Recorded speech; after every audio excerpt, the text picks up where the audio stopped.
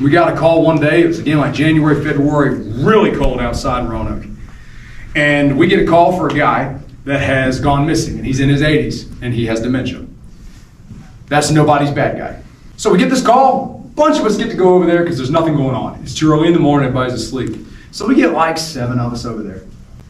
And we go to this lady, and she tells us that she has been dealing with her husband, who has dementia, and she is exhausted. So she tries to stay up so that he won't just leave the house. She's too tired, she fell asleep. And she doesn't know how long he's been gone. She also doesn't really know where he would go. He doesn't have any consistent place he goes, but she's adamant. He has to use a cane to walk. He cannot go upstairs. Well, we found him up some stairs. So don't listen to that. You don't know what they're capable of when they're out of their mind and he's not thinking right. He also didn't have the awareness to be like, oh, I'm gonna put a jacket on. He didn't. He went out in really thin pajama pants and a t-shirt and some socks. That's what he had on. No cane, nothing. We found him a building over, it was multiple buildings, multiple stories for each building. Found him a building over, up a flight of stairs that she was adamant he could not possibly do. When we located him, I was the third one to get to him. I hear it on the radio. They relay, hey, we've located him, cool. Most of the people that were with us are like, cool, our job is done. That's all we got called here for. They go hang out in the parking lot. I go to him because in my head, I'm like, this is somebody's granddad that's freezing to death because we don't even know how long he's been out here.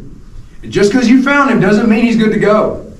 And it also takes time for the ambulance to get there, and they're not with us yet. They're not even rushing. They weren't even running lights and sirens to us. So I go up there, and this sergeant, to her credit, she's about your size though, she tries to put her jacket on this dude, and he's my height. It ain't working. He's also so cold that he's rigid, and he's not thinking clear, and she can't get his arm straight enough to put it in the sleeve. So it ain't working. He's in a corner, and he is like this, freezing to death. His feet are bleeding, he's just sad. And so I go over and I take my jacket off. I try to put it on him too, and it ain't doing nothing. Air's still flowing everywhere, can't get him in it. I take my hat off and put it on him. It's just not working. But we're a building over from his house and 1 story of stairs away. I was like, why don't we carry him? They're concerned that we drop him. Yeah, it's valid. I mean, we could. You gotta make your own decisions, guys. I probably won't be standing with you. So I'm not telling you to do anything, I'm telling you options.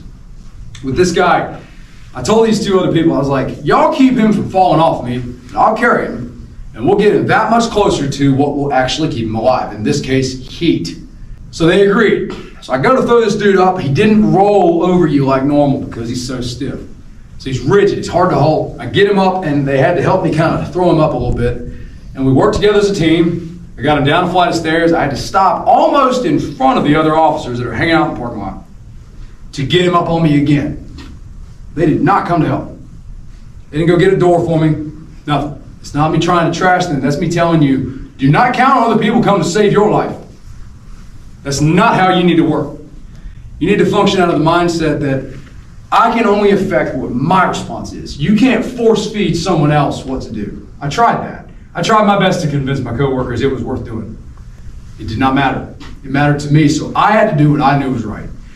So we worked together with these 2 other people. We get him inside. I put him in a chair. We pile blankets on him. Got the heat from the room now. That's helping. And then I wrapped this dude's feet in gauze just because it felt like the nice thing to do. That wasn't killing him. All right.